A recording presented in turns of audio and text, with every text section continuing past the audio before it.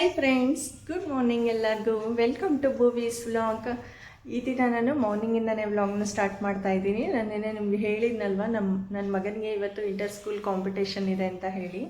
So ಹಾಗಾಗಿ ಈಗ 9 o'clock ಆಗಿದೆ. ಇವಾಗ ನಾನು ಅವನ್ನ ಅಲ್ಲಿ ಕರ್ಕೊಂಡು ಹೋಗ್ತಾ ಇದ್ದೀನಿ. ಪರವಾಗಿಲ್ಲ, ಓಕೆ, ಪ್ರಾಕ್ಟೀಸ್ ಮಾಡಿಸಿದ್ದೀವಿ. ಅಂದರೆ ಜಾಸ್ತಿ ಪ್ರಾಕ್ಟೀಸ್ ಮಾಡ್ಸೋಕ್ಕಾಗಲಿಲ್ಲ, ನನಗೆ 2 days ಅಷ್ಟೇ ಟೈಮ್ ಸಿಕ್ಕಿತ್ತು. ಹಾಗಾಗಿ ಒಂದು ಸಿಂಪಲ್ ಡ್ರಾಯಿಂಗ್ನ ರೆಡಿ ಮಾಡಿದ್ದೀನಿ. ಆ್ಯಕ್ಚುಲಿ ಅವನು ಅದನ್ನು ಅಟೆಂಡ್ ಮಾಡೋದು ಮೇಯ್ನ್ ಅಂತ ಅನ್ನಿಸ್ತು ನನಗೆ. ಹಾಗಾಗಿ ಅದನ್ನು ಸೆಲೆಕ್ಟ್ ಮಾಡಿದ್ದೀನಿ. ಅಲ್ಲೊಂದು 5-6 ಕಾಂಪಿಟೇಷನ್ ಇದೆ. ನಾನು ಜಸ್ಟ್ ಒಂದು ಕಾಂಪಿಟೇಷನ್ಗೆ ಮಾತ್ರ ಅಟೆಂಡ್ ಮಾಡಿಸ್ತಾ ಇದ್ದೀನಿ, ಡ್ರಾಯಿಂಗ್ ಕಾಂಪಿಟೇಷನ್ಗೆ ಅಂತ ಹೇಳಿ. ಸೊ ಇವಾಗ ಬೇಗ ಹೋಗೋಣ.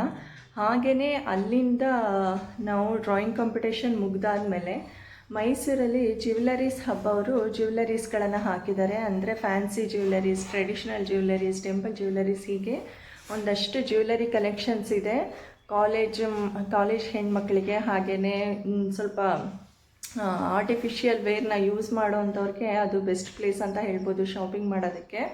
ಸೊ ಆ ಜ್ಯುವೆಲರಿ ಹಬ್ ಹತ್ರ ಹೋಗಿ ಅಲ್ಲಿ ಏನೇನಿದೆ ಅನ್ನೋದನ್ನೆಲ್ಲ ನಾನು ನಿಮಗೆ ಈ ಬ್ಲಾಗಲ್ಲಿ ತೋರಿಸ್ತೀನಿ. ಅದಕ್ಕೂ ಮುಂಚೆ ಫಸ್ಟ್ ಇವನ್ನ ಈಗ ಬೇಗ ಹೋಗಿ ಕಾಂಪಿಟೇಷನ್ ಅಟೆಂಡ್ ಮಾಡಿಸ್ತೀನಿ. ಈಗ 9 o'clock ಅಂದರೆ ನೈಟ್ ಮಲ್ಗೋದು 12 o'clock ಆಗೋಯ್ತಲ್ಲ. ಹಾಗಾಗಿ ನನಗೆ ಬೆಳಗ್ಗೆ ಎದ್ದು ಏನೂ ಬ್ರೇಕ್ಫಾಸ್ಟ್ ಮಾಡೋಕ್ಕಾಗಲಿಲ್ಲ.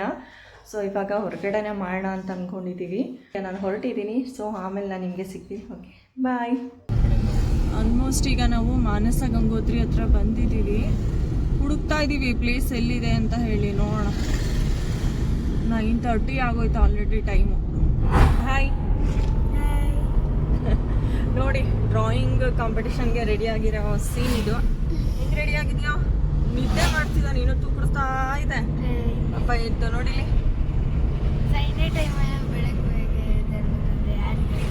ನೋಡಿ ಸಂಡೇ ಟೈಮು ಬೆಳಗ್ಗೆ. ಸಂಡೇ ಆದರೆ ಬೆಳಗ್ಗೆ ಆಗಲ್ವಾ? ಮತ್ತೆ ಹೇಳು, ಹೆಂಗ್ ಪ್ರಿಪೇರ್ ಆಗಿದೆಯಾ? ಏನು ಡ್ರಾಯಿಂಗ್ ಬರೀತಿದ್ಯಾ ಅಂತ ಹೇಳು. ಆಕ್ಚುಲಿ ಫಸ್ಟ್ ಸಿದ್ಧಗಂಗಾ ಬರೆಯೋಣ ಅಂತ ಅನ್ಕೊಂಡೆ, ಬರೀ ಅದನ್ನೇ ಪ್ರಾಕ್ಟೀಸ್ ಮಾಡ್ಬಿಟ್ಟಿದ್ದೆ. ಆಮೇಲೆ ಸರಿಯಾಗಿ ಬರಲಿಲ್ಲ ಅಂತ ಮತ್ತೆ ಶಿವನ್ ಡ್ರಾಯಿಂಗ್ ಸ್ಟಾರ್ಟ್ ಮಾಡಿದೆ. ನಾವು ಒಂದೇ ಸರ್ತಿ ಪ್ರಾಕ್ಟೀಸ್ ಮಾಡಿದ್ದು. ಆ್ಯಕ್ಚುಲಿ ನಾವು 2 days ಪ್ರಾಕ್ಟೀಸ್ ಮಾಡಿಸಿದ್ದು ಸಿದ್ಧಗಂಗಾ ಸ್ವಾಮೀಜಿ ಡ್ರಾಯಿಂಗ್ ಬರೆಯೋಕ್ಕೆ ಅಂತ. ಬಟ್ ಅವ್ನಿಗೆ ಯಾಕೋ ಅದು ಸರಿ ಹೋಗಲಿಲ್ಲ ಬರೆಯೋದಕ್ಕೆ. ಹಂಗಾಗಿ ರಾತ್ರಿ 8:15 ಚೇಂಜ್ ಮಾಡಿದ್ದು ಡಿಸಿಷನ್ನ. ಹೋಗಲಿ, ಅವ್ನಿಗೆ ಈಸಿ ಆಗೋ ರೀತಿಯೇ ಮಾಡಿಸೋಣ ಅಂತ ಹೇಳಿ. ಆಗೋದಕ್ಕೆ ನಾವಿವಾಗ ಒಂದು ಶಿವನ್ ಡ್ರಾಯಿಂಗ್ನ ಸೆಲೆಕ್ಟ್ ಮಾಡ್ಕೊಂಡಿದ್ದೀವಿ, ಅದನ್ನು ಬರೆಸ್ತೀವಿ.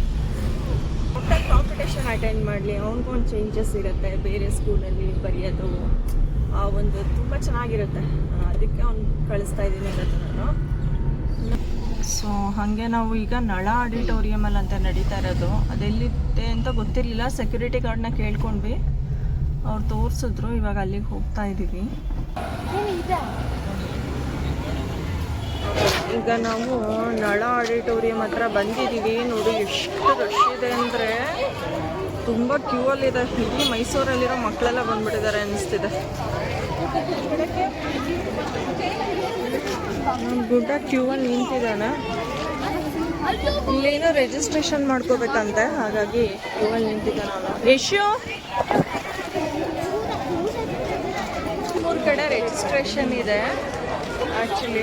ಆದರೂ ಎಷ್ಟು ಕ್ಯೂ ಇದೆ ಗೊತ್ತಾ? 3 ಕಡೆ ರಿಜಿಸ್ಟ್ರೇಷನ್ ಮಾಡ್ಕೋತಾ ಇದ್ದಾರೆ. ತುಂಬ ಜನ ಮಕ್ಕಳು ಕಾಂಪಿಟೇಷನ್ ಅಟೆಂಡ್ ಮಾಡೋಕ್ಕೆ ಬಂದಿದ್ದಾರೆ. ಸೊ ಇಲ್ಲಿ ಪಾಸ್ ತೊಗೋಬೇಕಂತೆ 200 rupees. ನನಗೆ ಗೊತ್ತಿರಲಿಲ್ಲ, ನಿಮ್ಮ ಬಂದ್ಮೇಲೆ ತೊಗೊಂಡೆ. ಬಟ್ 200 rupees ತೊಗೊಂಡ್ರೆ, 200 rupees ಪಾಸ್ ತೊಗೊಂಡ್ರೆ ಒಂದು 6 ಕಾಂಪಿಟೇಷನ್ನ ಅಟೆಂಡ್ ಮಾಡ್ಬೋದು. ಬಟ್ ನನಗೆ ಇದ್ರ ಬಗ್ಗೆ ಗೊತ್ತಿರಲಿಲ್ಲ. ನಾನು ಜಸ್ಟ್ ಡ್ರಾಯಿಂಗ್ ಮಾತ್ರ ರೆಡಿ ಮಾಡ್ಕೊಂಡು ಕರ್ಕೊಂಡ್ಬಂದಿದ್ದೆ.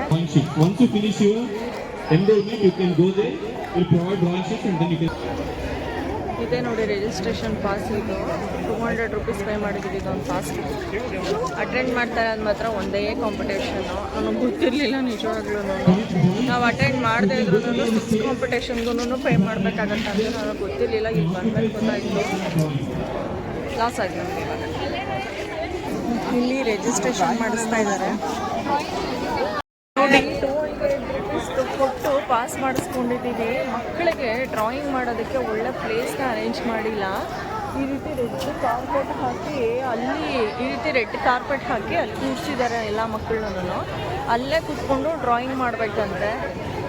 ನೋಡಿ ಹೆಂಗೆ ಮಾಡ್ತಾರೆ ಅಂತಂದ್ರೆ ಡ್ರಾಯಿಂಗ್ ಆದರೂ ಮಕ್ಕಳು ಹೆಂಗೆ ಮಾಡೋಕ್ಕಾಗತ್ತೆ ಆ ಪ್ಲೇಸಲ್ಲಿ ಕೂತ್ಕೊಂಡು ಅಲ್ವಾ. ರಿಜಿಸ್ಟ್ರೇಷನ್ ಆಯಿತು, ಇವಾಗ ಡ್ರಾಯಿಂಗ್ ಬರೆಯೋದಕ್ಕೆ ಕೂತ್ಕೋತಾ ಇದ್ದಾರೆ. ನೋಡಿ ಇಲ್ಲಿ ತುಂಬ ಜನ ಮಕ್ಕಳು ಬಂದಿದ್ದಾರೆ. ಇವ್ರು ಇಷ್ಟೊಂದು ರೆಡ್ ಕಾರ್ಪೆಟ್ ಹಾಕ್ಬಿಟ್ಟು ಅಲ್ಲೇ ಕುತ್ಕೊಂಡು ಬರೀರಿ ಅಂತ ಇದ್ದಾರೆ. ಅಲ್ಲಿ ಡ್ರಾಯಿಂಗ್ ಶೀಟ್ ಇಟ್ಕೊಳಕ್ಕಾದ್ರೂ ಜಾಗ ಇದೆಯಾ ಮಕ್ಕಳಿಗೆ?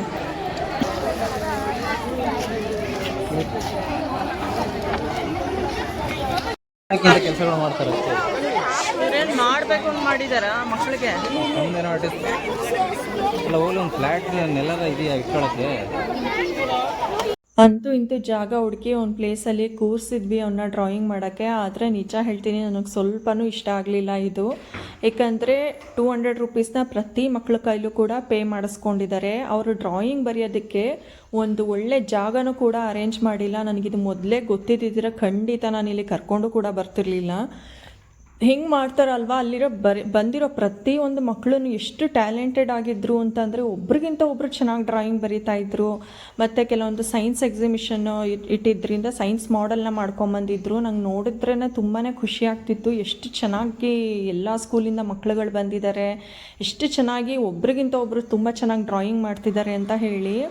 ಆದರೆ ಇದನ್ನೆಲ್ಲ ನೋಡಿಬಿಟ್ಟು ನನಗೆ ಅವ್ರು ಅರೇಂಜ್ಮೆಂಟ್ಸ್ ಮಾಡಿರೋದನ್ನು ನಿಜ ಕರ್ಕೊಂಡು ಬರಬಾರ್ದಿತ್ತು ನಾನು ಅಂತ ಅನ್ನಿಸ್ಬಿಡ್ತು. ಇದರಿಂದ ನನಗೆ ನಮ್ಮ ಟೈಮ್ ಕೂಡ ವೇಸ್ಟ್ ಆಯಿತು, ನಮ್ಮ ಮನಿನೂ ಕೂಡ ವೇಸ್ಟ್ ಆಯಿತು. ಒಂದು ವರ್ತ್ ಅಂತ ನನಗೆ ಒಂದು ಸ್ವಲ್ಪನೂ ಕೂಡ ಅನ್ನಿಸ್ಲಿಲ್ಲ. ಯಾಕೆಂದರೆ ನಾನು ಮಾರ್ನಿಂಗ್ ಬ್ರೇಕ್ಫಾಸ್ಟ್ ಕೂಡ ಮಾಡಿರಲಿಲ್ಲ, ಬೇಗ ಬಂದಿದ್ವಿ. ಈ ಥರ ಎಷ್ಟೊಂದು ಜನ ಪೇರೆಂಟ್ಸು ತಮ್ಮ ಮಕ್ಕಳಿಗೋಸ್ಕರ ಬಂದಿರ್ತಾರೆ. ಅವ್ರಿಗೆ ಒಂದು ಒಳ್ಳೆ ಅರೇಂಜ್ಮೆಂಟ್ಸ್ ಇಲ್ಲ ಅಂದರೆ ಎಷ್ಟು ಡಿಸಪಾಯಿಂಟ್ ಆಗುತ್ತೆ ಅಂತ ನಿಜ. ನೆಕ್ಸ್ಟ್ ಇನ್ನು ಯಾವಾಗಲೂ ಕೂಡ ಈ ಥರ ಅಮೌಂಟ್ ಕೊಟ್ಟು ಕಾಂಪಿಟೇಷನ್ಗೆ ಹೋಗೋ ಅಂಥದ್ದನ್ನು ಯಾವುದೂ ಮಾಡಿಸ್ಬಾರ್ದು ಅಂತ ನನಗೆ ಇಲ್ಲಿಗೆ ಬಂದಮೇಲೆ ಗೊತ್ತಾಯಿತು. ನಿಜ ಸ್ಕೂಲ್ ಅವರು ಕೂಡ ಇಂಥದನ್ನೆಲ್ಲ ಸಪೋರ್ಟ್ ಮಾಡಬಾರ್ದು. ಅಮೌಂಟ್ನ ಪೇ ಮಾಡಿ ಕಾಂಪಿಟೇಷನ್ ಅಟೆಂಡ್ ಮಾಡೋ ಅವಶ್ಯಕತೆ ನಮಗೆ ತಾನೇ ಏನಿರುತ್ತೆ ಅಲ್ವಾ. ನನಗೆ ಕರೆಕ್ಟ್ ಡೀಟೇಲ್ಸ್ ಸಿಕ್ಕದೇ ಇರೋದ್ರಿಂದ ಒಂದು ರೀತಿ ಅನ್ಎಕ್ಸ್ಪೆಕ್ಟೆಡ್ ಆಗಿ ಕಾಂಪಿಟೇಷನ್ನ ಅಟೆಂಡ್ ಮಾಡಿಸ್ದಂಗೆ ಆಯಿತು. ನೋಡಿ, ಇದೊಂದು ಸರ್ಟಿಫಿಕೇಟ್ ಕೊಟ್ಟು ಕಳಿಸಿದ್ರು ಎಲ್ಲರನ್ನೂ. ಮಕ್ಕಳು ಟ್ಯಾಲೆಂಟ್ಗಾದ್ರೂ ವ್ಯಾಲ್ಯೂ ಕೊಡಬೇಕಲ್ವಾ. ಇದು ಯಾಕೋ ನನಗಂತೂ ಸ್ವಲ್ಪನೂ ಸರಿ ಅನ್ನಿಸ್ಲಿಲ್ಲ. ಬಟ್ ನೆಕ್ಸ್ಟ್ ಟೈಮು ಇಂಥದಕ್ಕೆಲ್ಲ ನಾನು ಅಲೋ ಮಾಡಬಾರ್ದು ಅಂತ ಡಿಸೈಡ್ ಮಾಡ್ಕೊಂಡು ಬಂದೆ. ಇದಾದಮೇಲೆ ನಾವು ಜ್ಯುವೆಲರಿ ಹಬ್ಬ ಹತ್ರ ಹೋದ್ವಿ. ಬಟ್ ಆ ವಿಡಿಯೋನ ನಾನು ನಿಮಗೆ ನೆಕ್ಸ್ಟ್ ವ್ಲಾಗಲ್ಲಿ ತೋರಿಸ್ತೀನಿ. ಈಗ ನಾನು ಮನೆಗೆ ಹೋಗಿ ಅಕ್ಕಿ ಶಾವಿಗೆನ ಪ್ರಿಪೇರ್ ಮಾಡೋಣ ಅಂತ ಅಂದ್ಕೊಂಡಿದ್ದೆ. ಸೊ ನಾನು ಯಾವ ರೀತಿ ಅಕ್ಕಿ ಶಾವಿಗೆನ ಮಾಡ್ತೀನಿ ಅಂತ ಈ ವ್ಲಾಗಲ್ಲಿ ನಾನು ನಿಮಗೆ ತೋರಿಸ್ಕೊಡ್ತಾ ಇದ್ದೀನಿ. ನಾನು ಅನಿಲ್ ಅಕ್ಕಿ ಶಾವಿಗೆನ ತೊಗೊಂಡಿದ್ದೀನಿ. ನೀವು ನಿಮ್ಗೆ ಯಾವ್ದು ಬೇಕೋ ಆ ಅಕ್ಕಿ ಶಾವಿಗೆನ ತೊಗೊಳ್ಳಿ. ಈಗ ನಾನು ಶಾವಿಗೆನ ಹಾಕೋತಾ ಇದ್ದೀನಿ ಇದಕ್ಕೆ.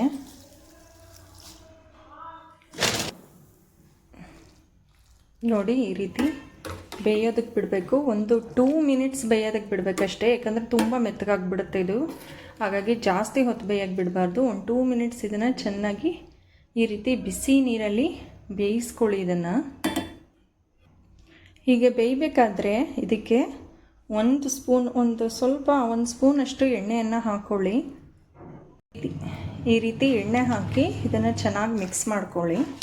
ಇದನ್ನು ಒಂದು 2 ಮಿನಿಟ್ಸ್ ಬೇಯೋದಕ್ಕೆ ಬಿಡಿ. ಏನಕ್ಕೆ ಎಣ್ಣೆ ಹಾಕಬೇಕು ಅಂತ ಅಂದರೆ ಇದು ಒಂದಕ್ಕೊಂದು ಶಾವಿಗೆ ಅಂಟ್ಕೊಳ್ಳಲ್ಲ. ಆವಾಗ ಎಣ್ಣೆ ಹಾಕಿದಾಗ ಇದು ಒಂದಕ್ಕೊಂದು ಅಷ್ಟಾಗಿ ಅಂಟ್ಕೊಳ್ಳಲ್ಲ, ನೀಟಾಗಿ ಬೇಯುತ್ತೆ. ಹಾಗೆಯೇ ಉದುದ್ರಾಗಿರುತ್ತೆ ಇದು ಶಾವಿಗೆ. 2 ಮಿನಿಟ್ಸ್ ಆಗಿದೆ ನಾನು ಬಿಸಿ ನೀರಿಗೆ ಹಾಕಿ ಶಾವಿಗೆನ. ಈಗ ಇದನ್ನು ಸೋಸ್ಕೊಂಬಿಡೋಣ. ಈಗ ನಾನು ಇದನ್ನು ಸೋಸ್ಕೊತಾ ಇದ್ದೀನಿ.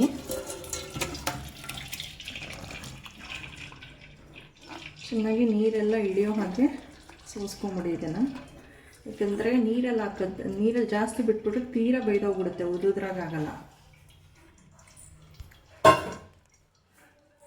ಈಗ ಇದು ಬಿಸಿ ಇದೆಯಲ್ಲ, ಈ ಶಾವಿಗೆ ಆರಕ್ಕೆ ಅಂತ ನಾನು ಸ್ವಲ್ಪ ತಣ್ಣೀರನ್ನು ಬೆರೆಸ್ತಾ ಇದ್ದೀನಿ.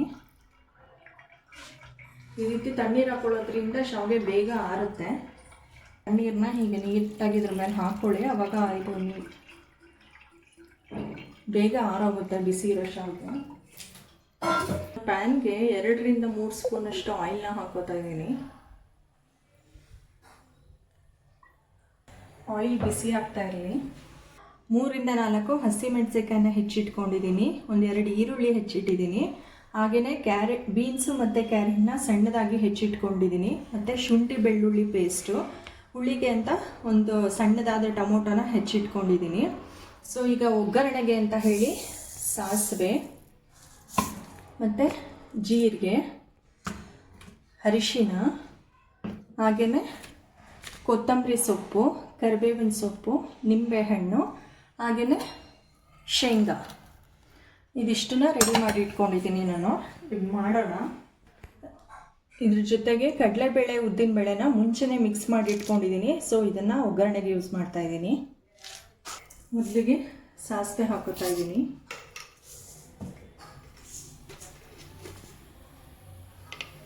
ನೆಕ್ಸ್ಟು ಜೀರಿಗೆ 1 ಸ್ಪೂನು,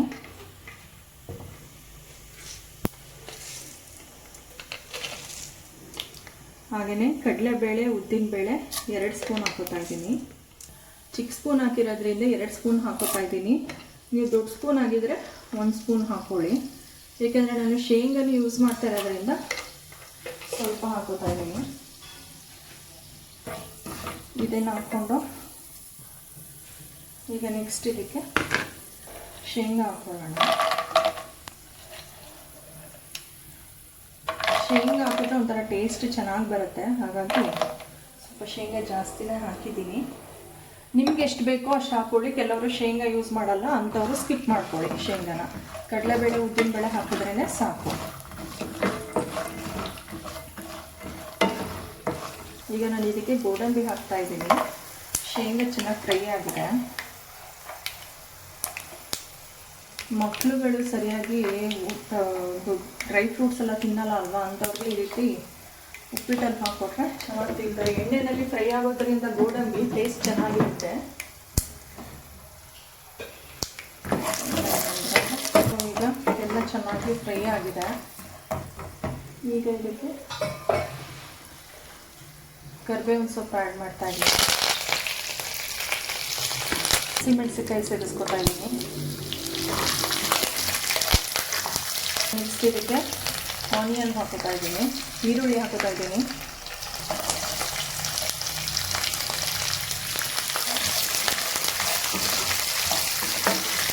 ಈಗ ನಾನು ಇದಕ್ಕೆ ಉಪ್ಪನ್ನು ಹಾಕೋತಾ ಇದ್ದೀನಿ, ಸ್ವಲ್ಪ ಉಪ್ಪು, ಯಾಕಂದರೆ ಆನಿಯನ್ ಬೇಯಲಿ ಅಂತ ಚೆನ್ನಾಗಿ. ಉಪ್ಪನ್ನು ಬೆರೆಸ್ಕೊಂಡ್ರೆ ಈರುಳ್ಳಿ ಬೇಗ ಬೇಯುತ್ತೆ. ಹಾಗಾಗಿ ಸ್ವಲ್ಪ ಉಪ್ಪನ್ನು ಹಾಕ್ಕೊಂಡಿದ್ದೀನಿ. ಈಗ ನಾನು ಇದಕ್ಕೆ ಇಷ್ಟು ಶುಂಠಿ ಬೆಳ್ಳುಳ್ಳಿ ಪೇಸ್ಟ್ ಆ್ಯಡ್ ಮಾಡ್ತಾ ಇದ್ದೀನಿ. ಇದೆಲ್ಲ ಬೆಂದಿದೆ. ಈಗ ನಾನು ಇದಕ್ಕೆ ಕ್ಯಾರೆಟ್ ಮತ್ತು ಬೀನ್ಸ್ನ ಸೇರಿಸ್ಕೊತಾ ಇದ್ದೀನಿ.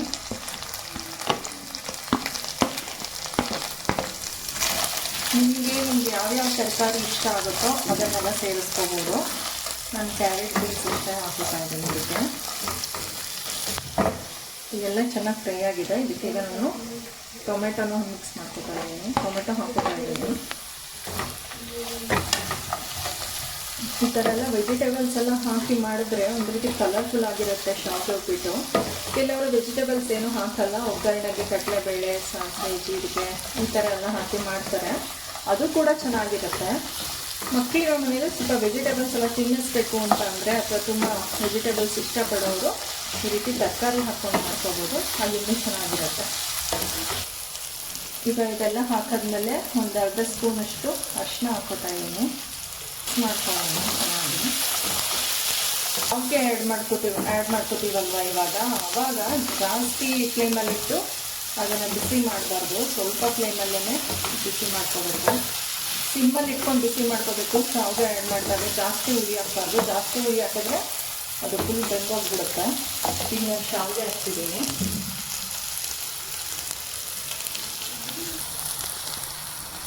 ಈಗ ನಾನು ಶಾವಿಗೆನ ಬೆರೆಸ್ಕೊತಾ ಇದ್ದೀನಿ ಅದಕ್ಕೆ.